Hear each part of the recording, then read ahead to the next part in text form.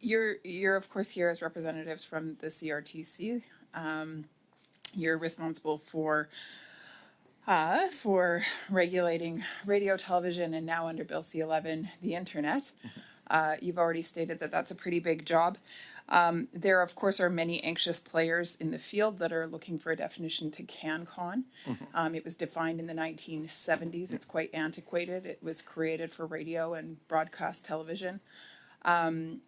Those players that need this definition, of course, are making business decisions day in and day out, and they've been told to sit tight, that there's other regulatory decisions being made first. When can they expect an updated definition to CanCon? So we're working on several steps. We're looking at a hearing early next year, but what we've done so far this year is we did engagement sessions with members of the industry in cities across Canada. We had over 300 participants in that. That gave us a good view of what members of the industry think. That includes, by the way, streamers. It was not just with traditional Canadian broadcasters. We're working now on a report on that. We're also trying to stand up some sorry, public I'll just bring you back research. to my question here because you're getting off topic.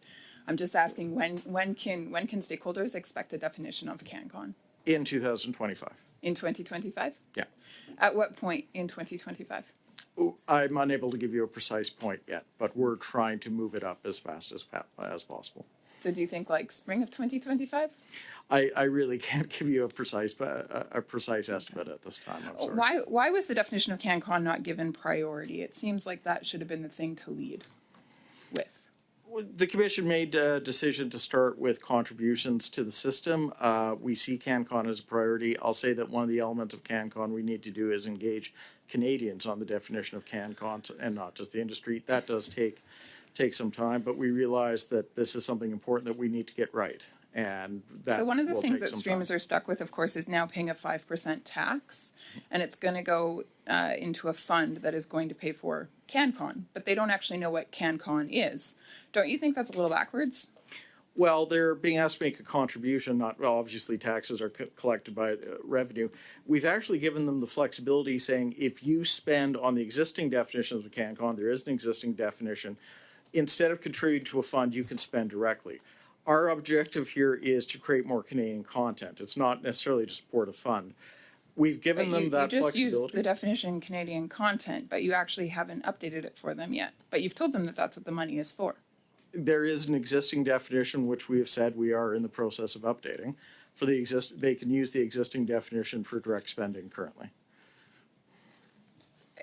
So I think just to be really clear here, you basically just issued some word salad to basically say they still can sit tight, but they'll be forced to pay this 5% tax towards something that they actually don't even know what it is because it's not yet defined according to the definition that will be coming in 2025. So you're asking them to pay a new tax towards an antiquated 27 definition. seconds? I would say that we've asked them to contribute to the Canadian broadcasting system as the bill passed by Parliament requires us to do. They are doing it in many different ways. They have flexibility in how they're doing it. Mr. Zurliff, I'm going to cut you off there because I do need to move a motion, but thank you very much for giving it your best shot.